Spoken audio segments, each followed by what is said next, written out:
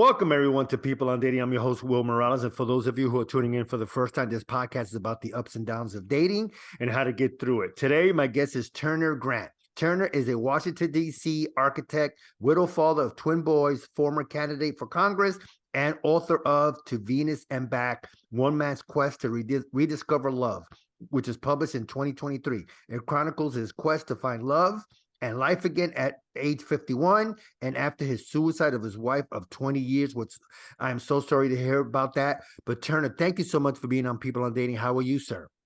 Terrific. Well, it's a pleasure to be with you. Thank you for having me. Yeah, no, it's my pleasure. So Turner, tell us about your journey. How did you get here today? What was the impetus for this book, To Venus and Back, One Man's Quest to Rediscover Love? What was that journey like for you to get here to today? Well, it's quite a journey. I appreciate the opportunity to share. It obviously began with the life I had in 2009 and 10. I was a father of twin boys, one who was a special needs child, working as an architect, and my wife, we'd been married 20 years. But we had hit some rough times in those last few years of our marriage before she passed away. Issues with our disabled son. And I knew early in our marriage that my wife dealt with sort of mild depression, but there was a period of time in the mid 2000s, a life transition for her that really sent her to a tailspin. And to top it all off, I was running for Congress. That all came about. I'm an architect. I have no political experience, but I had taken a educational issue for disabled children to Capitol Hill, which is nearby here in Washington, obviously, to my congressman. It did not go well, and I walked out the door saying, I'm going to run against you. So to top it all off, I was running for Congress, and the day after Mother's Day in 2010, my wife took her own life, and that changed everything, obviously. For the next 2 years, obviously the grieving process for any loss through death that's unexpected or expected it's indescribable. I was blessed to have an incredible in-law family that I'd married into, and especially my mother-in-law, Mary. And it was after about 2 years that we had weekly dinners, and I confided in her one evening at dinner. I said, Mary, I'm being crushed by the weight of events of the past, and I desperately need to get them off my shoulders. It's crushing me. And she said, I think you need to too. She said, let me know anything I can do. And she said the words that I could never have imagined hearing from my mother-in-law, but she loved me. I loved her so much. She said, and perhaps a new woman in your life might be nice, maybe. And it wasn't 4 weeks after that, she came over and made dinner and stayed with my high school son, that I made my first venture out into the world, one, to step back into life because I'd really shut in. But it was an intentional quest that evening at a local area arts organization, Spring Gala, to see what the world of middle-aged dating women was like. It had been 24 years since I'd last dated. That's a quarter century. That's just nuts. Wow. And from there, I met a few people sort of the old-fashioned way. You meet them in person. And then that fall, I reluctantly, it was like not wanting to open the Ark of the Covenant and Raiders of the Lost Ark, because I was going to unleash some unknown horrible forces. But I did because a neighbor mom urged me to. And I got pulled into the online dating at age 53, and it was such a ride. It was so unbelievable and it had a hard beginning. That first time I went out for that arts organization gala, to the time when I was leaving a first meeting of someone, and said, I'm done. It was almost 3 years to the day. And friends and family knew what had happened, or knew some of what had happened, obviously not all, especially what I share in my memoir. And they said, you should write a book. Now, everybody says you should write a book about this or write a book about that. But you never have time to. And through other circumstances with my disabled son, where I actually was able to retire early to help focus on him, I also found myself with a lot of time. So I wrote this book. Um, but it was so it was like being in junior high school again. You know, high school is the time when you're totally hapless and clueless, and junior high school is the pre-hapless and clueless time when it comes to matters of the opposite sex. And I found myself feeling like that all over again. I thought, okay, I'm a married man of 20 years. I lived out my marriage vows, for better, for worse, to death do you part. I thought, I, I've got this. But you know what? When I got out into the dating world and was meeting middle-aged women, it was like, you know nothing, pal. You have no idea. And that 3 years proved to me I had no idea. Of course, I got more experience and more savvy about it as I went. But you were thrown into the deep end, and you didn't know how to swim, and I didn't know how to swim. And so that's, in a nutshell, the story. That's how I got here. And then I wrote a book about it, and the memoir, and I swore when I started it, it was just going to be a book about crazy dating stories. Right. And I was not going to talk about how my wife passed away, because it was still very raw. I didn't think I could write about it. But there was one particular woman that I met who, as we talked, she was widowed. And it turned out that she lost her husband. He was on the 101st floor of the World Trade Center on 9/11. Yeah. And there, instantly, in that moment while we were having dinner, these flashbacks came to me of what happened to me. And I wondered how she dealt with what I dealt with. And so when I got about a quarter way into writing this book, I realized I'm going to have to write about this. And so it's more than a memoir about crazy dating stories. It really is about my coming back into life, and trying to heal and what's meant for me now at this stage of life. So Yeah. that's sort of the story. But what I discovered, I met 54 women in 3 years. That's a And lot. Wow, that's great. it's a lot, and it's even more when you understand that the second year I had a 1-year relationship, so I wasn't meeting other women in that second year. And you know, the one thing I had going for me a little bit, was that having been married and having been widowed, I had a little bit of the good guy seal of approval for having lived and fulfilled my marriage vow. So it took me a little bit out of the categories of being the cheating scumbag, snake under a rock, stalker, and potential serial killer. Right. Things I quickly learned that all men were assumed to be in the digital dating world until proven otherwise. I remember one first meeting I met, and this was early on, and there was a kiss after our first meeting, first date. And as we parted, just after our lips parted, she said, "I just want you to know, Turner, I have absolutely no concerns about you, no worries whatsoever." And I remember sharing that with a female coworker at work. I said, "So does that mean she said she's telling me I'm not a cheating scumbag, snake under a rock, stalker, or Yeah. potential serial killer? Is that what she's telling me?" And she said, "Yeah, I think that's what she was telling you." So I guess that was a good thing, right? I guess it was a good thing, but it's pretty lousy to Yeah. just sort of your the base assumption made of you by women, Even without and knowing you, yeah. without knowing you. But you have to, I fully understand they have to be careful. Bad things happen out there, but to have that label put on me and to Yeah. have to work myself out of that hole, that was one of the reasons after 3 years. There were many, but that was one of them. I was just tired of that. I was just tired of it, and I can't be that. I'm not that, and I'm not gonna do that anymore. Yeah. And, I mean, first of all, it's a great story. And again, sorry about your wife. Thank you. And one thing, Turner, that I noticed with the new generation of dating compared to us over 50, uh, I like meeting people the old-fashioned way myself. I like Hmm. being at an event, whether it's a singles event or a networking event. That's how I like doing it. I hate texting, to have conversation over texting. I think it's horrible. unless it's one of those where I go, hey Turner, I'm gonna meet you and my buddies at so and so place. That's Right, it. right, You know, right, right, but right. to have a Yep. conversation, it just doesn't make sense because I've met women through Instagram, and I'm not a fan of online dating. Me personally, I'm just saying me, Yes. because of catfishing and all these new terms that fake profiles.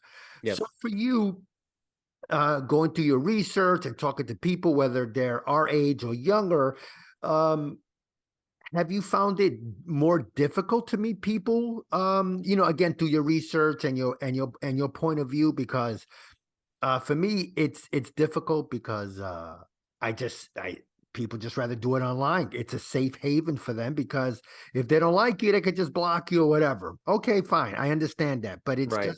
it's so impersonal. That's Well, where I'm getting at. Go ahead. what I found, it's like the first time I signed up, and back then eHarmony was sort of the big game in town. More came online. I did do Tinder toward the end. I didn't know what to expect, because I thought it was sort of a danger zone, as it were. And I put up a very minimal cryptic bio, Right. and I didn't pay for the service, so I couldn't even see the pictures of the women that might come back. And I hit enter, and I woke up the next morning, and I had 8 matches, and it was like, wow. And I'm reading through them, um, and the 6 and 8 women had this in their must-have list. A man who was honest, a man who was honest, a man who was honest, a man who was honest. Clearly, and so, when you're dating in your late teens and 20s, you're at a stage of life where it's all ahead of you. So you go out on dates and you meet people, you talk about what you're doing, what you want to do, your aspirations.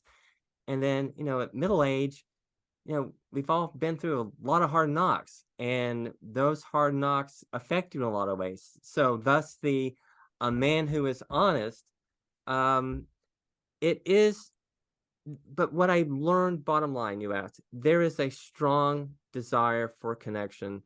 It's to find someone that's special in your life. I think in just being out in the world in middle age, I think still half the people are married. So when you're in Yeah. your 20s, sort of everybody you meet is sort of a potential person, possibly.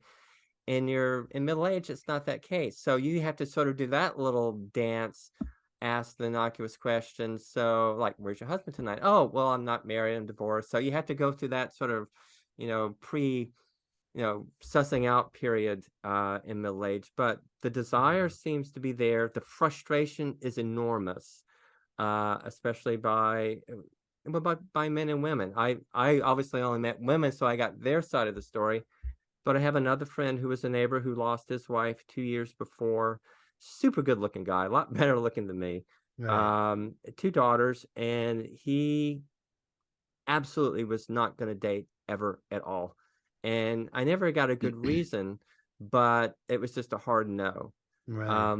Women that, in my research and experience, are more wanting to find a partner, someone to have, as they, grow through the second half of their life. So the desire's there, but online dating has just created a mess. Oh, I Um, agree. I became, um, without knowing it, and I didn't know what it was in the beginning, but I became the dreaded serial dater after my 1-year relationship. But you always think, well, it's not this one, then it's the next one. Well, it's not that one, it's the next one. And you just start going through them in a way that's really unkind. You're not giving people a chance, and it changes who you are. And I realized that was another reason I stopped. I said, this treadmill is absurd. Yeah. Um, so there's a strong desire. So how do you do it in this day and age? Everyone's doing everything they can. I remember when Tinder came on the scene, and it was designed to be a hookup app for 20 somethings, which my then college son reminded me when he accidentally saw the app on my phone. He said, "Oh, Dad, what's that doing on your phone? Get it, that's gross. Get it away." And I said, sort of with full parental authority, it's not just for 20 somethings, it's for adults too. He was not going to have any of it. I didn't know what to expect the first time I logged on to Tinder, but there were even the same women that I saw on eHarmony. Of Oh course, wow. they started their bio summaries with, not looking for a hookup. At least 90% of them did. The other 10% were looking for hookups. But that's just to say that anyway, there's such a desire to make a connection, to have someone special, to have someone to love and love you, that whatever is available, people are going to use it. It seems to be a truth. We all need that connection. We're hardwired to be that way, and No, it no. doesn't Yeah, stop sorry, in later Tony. in life. Yeah, no, sorry, I didn't mean to cut you off. Yeah, I definitely agree. I mean, for me, I'm lucky that I have a lot of groups of friends and all, and we're all around the same age. But I just feel that this generation that's younger, maybe, and you probably your kids will know about this. It's such a hookup generation, podcasts that I listen to Yes, and articles that I read. And some of the women have set such high standards in their yes, 20s that most of those guys that they're that let's say the guys that are looking to get with these girls can't meet them. They want a yes, guy that's over 6 feet. I saw one interview where a girl wants a guy over 6'2". So now you eliminated like about 90% of the population, if not more. Some of these girls want guys that make 250,000 or more. Okay, yes. now you eliminate another like 98.5%. So it's like the expectations are so high. And so in your journey, have you the women that are our age, are their expectations a little lower? Is it the same as that generation of millennials?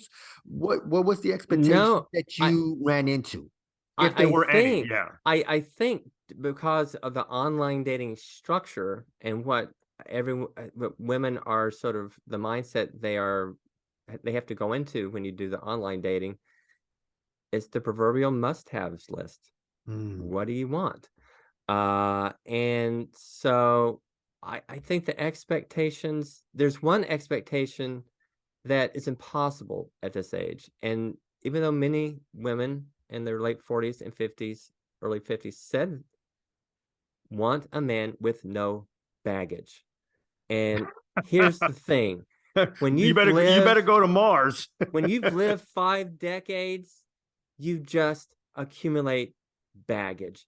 And Right. what I found was the women, when I met some of them, I tended to avoid them, but I met some. The ones who were saying that they didn't want a men with baggage themselves had the most baggage of all the women I met. Wow. Um, so is it unrealistic? Yes. Um, I talked to, and even after the book's been published, I've been contacted with women to share their stories. They are incredibly frustrated that this is the state of affairs for trying to find someone um, to be with. Right. But I would say, since 54 women in 3 years, yes, that's a lot. And it was a combination of unrealistic expectations. I didn't meet theirs. Maybe they didn't meet mine. Maybe they were just perfectly wonderful people, and then the good old-fashioned chemistry just wasn't there. Yeah. Um, but given the state of affairs, we do some things that we didn't think we would ever do, or that women would ever do. And I point to the example of, and I always wondered before, how does someone meet someone in another country, and what happens when you get Oh, on a plane to go meet them? I did that. I did oh that. I flew wow. off to Paris, and how we met online, and the reasons for it, and what ensues that prompts you to, I'm coming to meet you. I'm getting on a plane, and it's like I never, in my wildest imagination, would have thought that would be me. But I Yeah. did. And then when we actually met in person with all the texting, phone calls, we Skyped, we did all this stuff, and then when we met in person, it wasn't there. Oh, that sucked. And then it was, as it was pointed out to me by my best friend and coworker who I alluded to, her name's Abby. She said, "What are you gonna do if you get there and it's just not there?" And it was one of those leap of faith. And she Ah, and I, this woman, we both talked about that we were sort of cliff divers in this regard, doing this. mhm. But I ended up breaking someone's heart, and I felt terrible. It just wasn't there. So we will do anything. Are the expectations too high? Yes. because they're literally written down on a list. This is Yeah. what you need to be. And I actually got tripped up early on. I think it was maybe my third online meeting date. It was in a Starbucks. It's kind of like the prison visitation room where you're on one side of the table and they're on the other, and you're interviewing the other. And of course, I was the prisoner and she was the visitor. But it went real well, and we talked about getting together. And as we were standing up, as an afterthought, she just threw out two questions. What do you want, and where do you see yourself in 10 or 15 years? Right. And for my situation, and I think for many, and this has been confirmed by women friends of mine, how can you possibly answer those questions? Yeah. And especially in my case, and maybe I shouldn't have been out there, but I know I needed to be out there to move forward, having experienced what I experienced. And I fumbled out some answer like, well, I might have my own architectural firm, I might make another run for Congress. And those were clearly not the right answers, because a couple of days later, the date we made to go out on a Saturday night for dinner and a movie, she canceled. She says, I've actually met someone else who's better aligned with what I'm looking for in Oh life. boy. So sorry, but good luck. Wow. It's just lousy. So the Yeah. expectations are too high. They're out of place. Folks are looking for perfection, but there are people who do get it and understand. It's the things. There are other things that make the connection important. Those are the values that are important to me, and but the superficial aspect of, or as I say, um, it's baked into the DNA of online dating, the cloud of judgment. And of course, the first judgment is in the photograph, and then the judgment of what a person must have and not have. And as I discovered on these dates, it could be over within a nanosecond. The Yeah. judgment can be made and the time it takes you to snap your fingers, it's over, and you're just hanging out together for 2 hours to get it over with and be done with it. No, I definitely agree. I just think the expectations are just out of this world, and like you said, some of these women look at perfection, but lady, no offense, you're 50, 45, 50, and you know what? You're not 25 no more. The value that you had at 25 is not the same when you're 45, 50. It's not. Even for a man. Now, for us, it takes a little longer to get where we want to be. We might reach that at 35 or 40. Some of these women have their values at a young age, and we're talking about their sexual value, their Yes. looks, their beauty, their Yes. body. Once you pass a certain age, hey, things start sagging. You got to keep in shape. You got to go to the gym, like this, Turner. You got to go to the gym Yes. 5 times a week I, instead of 3 times a week. I mean, same for a guy. I'm not just putting this all on women. And we're talking with Turner Grant. Today's topic is a great one: dating, love, romance after 50. Turner has a book out. It's To Venus and Back: One Man's Quest to Rediscover Love. We'll definitely talk about that in a few minutes. And it's funny because you going to it was Paris, right? To meet yes. someone. Yeah. Yes. And Yes. now, the new term now that I've been listening to from this younger generation is passport bros. And I'm like, I haven't wow. heard that. Is passport bros? Passport bros, where some women, I mean, some men go overseas to find someone. I've heard Ukraine, I heard Japan, I Oh, heard wow. some other, yeah, and I've heard Wow. that, and they bring the woman back, because of, and these are younger guys under 40 years old because they see the women of today of the women looking for hookups, and they don't, they're not looking to commit right now. They're Right. more focused on their careers. Yeah. So guys are looking overseas. Personally, I'm Wow. against that. I think you could find someone here, but it's like what you said though earlier. You met over 50 women in a couple of years, and now you got to whittle them down to like, okay, can these two be okay? Can these three be okay? And it's a journey. I get it. It sucks. I look at it back. There's 2 women I should have married. Well, one, when I was in my 30s, I blew that one by not being mature enough for her, in my opinion. And the next one, I was in my late 40s, but unfortunately, we couldn't have kids. So that Ah, kind of put a dent in everything. From yeah. there, from that point on, it wasn't the same. And we're still friends. We saw each other after 10 years a year Great. ago, and she's engaged, and I'm very happy for her. But I just see that it's just an ongoing journey to meet someone. You know, like I said, I still want to be out there. I rather do it that way, Turner, than do the online thing. I just don't have faith in online dating because of the fake profiles and Yes, things like that. yes. So anyway, I that's tell people not to do it, my advice, and but to talk about how far people will go, and I've only heard a few other instances of this. There's someone I met online, very successful. She was also overseas, um, but she was hugely financially successful. And as I was finally breaking it off, and it's one of the chapters in the book, she said, "You know, my friends will tell you I can be a very generous woman." So she was trying to buy me as her uh, boyfriend. oh wow, Now that was just a mind bender, totally. It was just, but it's just another example of what happens out there. yeah. Um, that was tough. That was rough. Yeah, Um, no, I could imagine. Well, first of all, Turner, I want to thank you so much for being on People on Dating. I really appreciate you thank you. taking time out of your busy schedule. Let's talk about your book, To Yes. Venus and Back: One Man's Quest to Rediscover Love. What was the impetus to that book? What was that journey like to write that book, and where can we find it? Well, I'll start where you can find it. It's available on Amazon. It's on Kindle, hardback, hardcover, and paperback, and the audiobook is in the works. So Oh, thank you okay. for that. Um, the short story is the short statistics are it took 3 years to live it, 3.5 years to write about it, 3 years to get it from manuscript to publication, which it was self-published with a publishing consultant.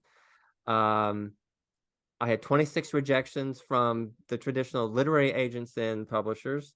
3 lawyers were involved in getting the book together, and 20 female beta readers. And that was probably the most heart-stopping moment when I asked a friend who's actually in the book. I said, "Could you get a couple of women from your book club who obviously don't know me, and I'll pay them a few $100s to just read this book and see if it's any good?" Right. I just didn't know. And it was overly long. It was close to 200,000 words originally. Wow. And so they read it and I got the feedback and they said, "This is amazing." To hear this from a man, because typically the dating books that are out there, and there's a lot of them out there, they're dating books written by women for women. And spoiler alert, men don't fare very well. And then Right. there are dating books written by men for men, and they're sort of bro books with locker room mentalities. And spoiler alert, not only do the women not fare well, I gotta say most of the men who write the books, don't fare well. Right. Mine is a book, as it was pointed out to me, written by a man about women for women. So it seems to be in a very unique in between spot that's just not there. So the impetus was to write the book was, I can't believe this happened to me. I think other people might be interested. And as I said earlier, I swore I wasn't going to write about how my wife passed away, but that became integral. I just thought it was a unique story. And the Yeah. feedback from the beta readers before it ever got to publication and being edited down, and the pre-publication reviews were phenomenal. Um, I've clearly hit my mark. I simply wanted to tell to mostly women. It's geared toward women, but when men do read it, what it's really like for a man. Yeah. And it's not embellished. It's sort of written in a narrative form, in real time, in conversational form. And for those who've read it, and the people who've contacted me through my website, they want to tell me their stories. These are women who want to tell me their stories and say, "Thank you for writing the book. It was brave of you to write this book. I appreciate that there's at least one nice guy out there." But I will Mm. tell you, the book gets into very intimate and personal details. And for some people who know me, they couldn't read it. They said, "I can't read this and know this about you, Turner. I know you as you. I can't know this stuff that goes on in the bedrooms and behind the scenes and all, and park benches and everywhere else. That just is a teaser. I mean, this stuff, what women wanted to do and what they thought was normal was unbelievable. So that was the impetus for the book. I thought this was unique. Tell this story. I think people would be interested, and different folks. So people who've been married for a long time have read this and they go, I am never getting a divorce. Always wondered how this worked.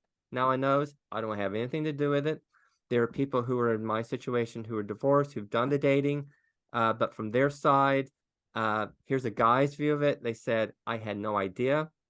My second editor was a 31-year-old. She's 31 years old, up in Toronto, a creative nonfiction writing instructor. And her first book was in her early 20s, All the Boys I've Ever Kissed. And it was sort of a tell-all book about the boys. And at the end of the editing process, I said, her name was Nelwyn Lampert. I said, Nelwyn, okay, I could be your father, not your grandfather. We're a generation and a half apart. You wrote a book about crazy things boys did. Were you surprised at your age what the women did in this book? And we're on the Zoom call, and she's looking at me going, oh, yeah, oh, my God, I had no idea. So here's a 31-year-old woman, a millennial, who is of the times, internet dating, all that, reading this story, and she was absolutely gobsmacked, blown away. I think a lot of women don't understand the man's plight on dating, how hard it is for us, and how hard it is to meet their criteria. So yeah, I'm definitely looking forward to adding this book to my collection. Anything else you would like to promote? Nothing. I just really the book, the story. And not only it seemed to be a really amusing read. Someone else said you'll feel like you need to pull the privacy curtain when you're reading some of the parts. But bottom line is, you're not alone out there. If you're looking to find love and things are not working out, it's very easy to feel like it's you. Right. And I'm here to give the message, it's not you. You're okay. It's not you. But it's easy to feel like it's you and to get really down on yourself and dejected. It's not. Yeah, no, that's a great message. I love that. And if somebody wanted to get in contact with you, what's the best way?